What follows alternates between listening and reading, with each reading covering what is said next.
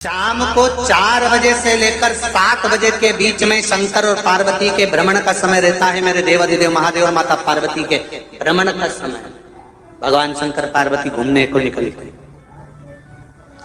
इसलिए हमारा सनातन धर्म कहता है शाम के समय पर माताओं को झाड़ू नहीं लगाना चाहिए, शाम के समय पर माताओं को चूड़ी बिछिया नहीं बदलना चाहिए, शाम के समय पर माताओं को मांग में सिंदूरा नहीं भरना चाहिए, शाम के समय पर माताओं को बाल नहीं बांधना चाहिए, शाम के समय पर माताओं को चौखट पर नहीं बैठना चाहिए। उसका कारण क्या है? क्योंकि पार्वती जी ने भगवान भोलेनाथ जी से कहा था कि तुम मुझे रोज शाम के समय प्रदोष काल में भ्रमण के लिए लेकर जाते हो, मेरे लिए आज्ञा क्या है? शंकर भगवान ने कहा सुनो पार्वती, मंदिर के अंदर नंदी रहता है, जाने वाला यात्री जब मंदिर में मेरा दर्शन करने आता है तो नंदी के कानों में कहकर जाता है कि शिव जी को मेरे यहाँ लेकर आना। मैं नंदी के अनुसार उनके घर जाता हूँ, मेरा काम है उनका कल्याण करना और तेरा काम है उनके घर की नारी को अखंड सौभाग्यवती का वर प्रदान करना, ये तेरा। तब पार्वती माता ने कहा अखंड सौभाग्यवती होने का वर मैं तो दे दूंगी, पर उस समय पर माताएं चूड़ी बदल रही होगी, हाथ से चूड़ी निकाल रही होगी तो मैं वर कैसे दे सकती हूँ? मांग भर रही होगी तो मैं वर कैसे दे सकती हूँ? उस समय पर चूड़ी बिछिया बदला जा रहा होगा तो मैं वर कैसे दे सकती हूँ? उस समय पर झाड़ू लग रही होगी तो मैं लक्ष्मी को वहां कैसे भेज सकती हूँ? आप बताओ। तो शंकर भगवान ने कहा प्रदोष का समय एक ऐसा समय होता है, शाम का समय ऐसा होता है जिस समय पर केवल शंकर और पार्वती की आराधना का समय होता है। हम तो कई लोगों से कहते हैं अगर आपके यहां संपदा नहीं आ रही है, बहुत मेहनत कर रहे हो, फल नहीं मिल रहा, कहीं नौकरी, कहीं सर्विस या कहीं व्यापार या व्यवसाय में कहीं तकलीफ आ रही है, हम सबसे कहते हैं शाम का समय पकड़ लो, शंकर जी के मंदिर में दिया लगाना प्रारंभ कर दो।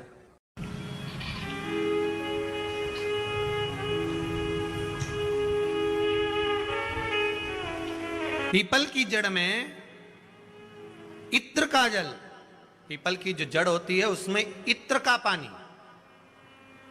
थोड़ा सा जल उसमें थोड़ा सा इत्र का भाग हो महाराज, और आप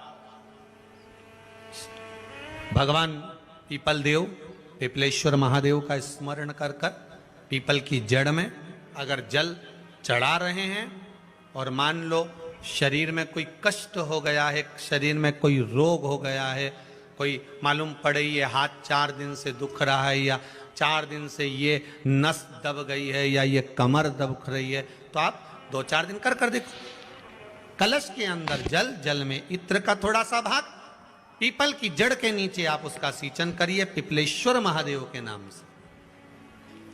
उस जल को थोड़ा सा भाग लेकर आ जाओ उसी में से जो चढ़ाया है, और उस स्थान पर जहां कष्ट है उसको लगाना प्रारंभ करिए। 2 दिन 3 दिन कर देखो।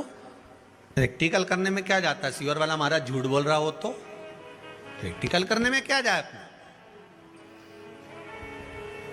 करते रहो। जिन जिन ने प्रैक्टिकल करे उनका रिजल्ट यहां सामने है, जिन जिन ने करे। और अभी और पत्र रहेगा पढ़ने के लिए, अभी कहीं का भजन आएगा जब देख लेंगे। करते रहो। तीसरा महाराज, आंवले के वृक्ष की जड़, आंवले के वृक्ष की जो जड़ होती है इसके नीचे शिव महापुराण की कथा कहती है, विष्णु पुराण कहती है, स्कंद पुराण कहती है महाराज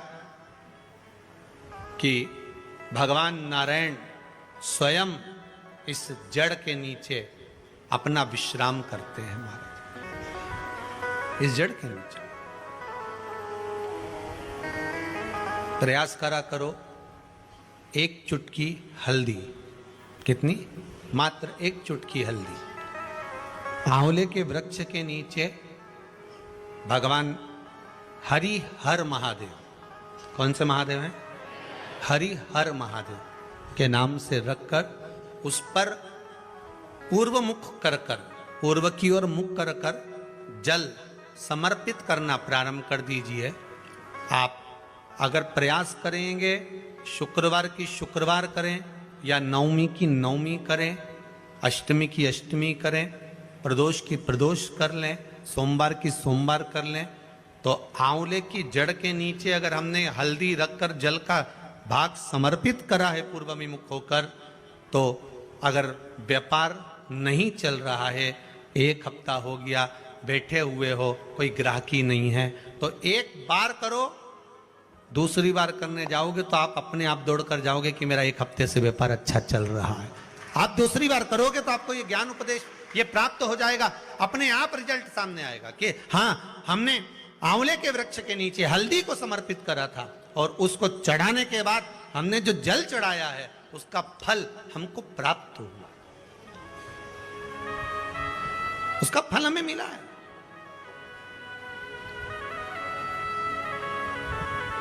उसका फल हमें मिलेगा।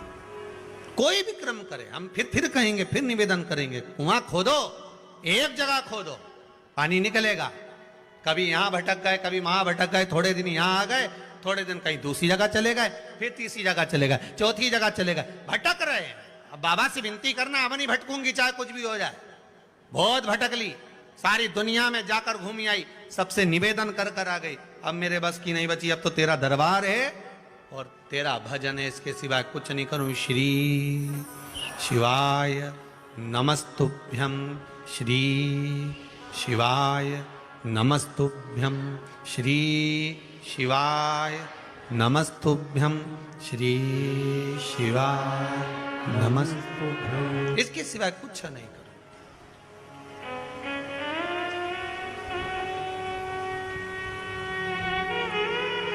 हमारा भजन मूल हो जाए। एक विदल और उत्पल 2 असुर हुए। पार्वती मैया ने जो भजन करा था, स्मरण करा था, शिव मिले थे, उनकी भक्ति दृढ़ थी। विदल और उत्पल ने एक बार माता पार्वती जी को देखकर बड़े आनंद के साथ उनकी ओर लोभित हो गए, उनकी ओर आसक्त हो गए।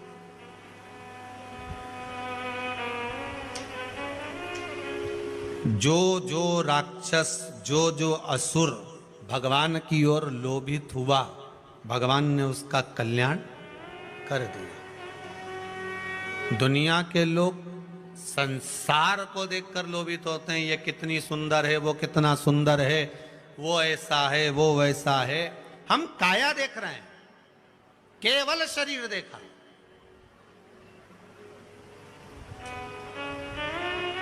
आधे से ज्यादा रिश्ते तो ये काया के चक्कर में गड़बड़ हो गए। लड़का अच्छा है साहब, लड़की बहुत बढ़िया है, दिखने में तो कई जोरदार,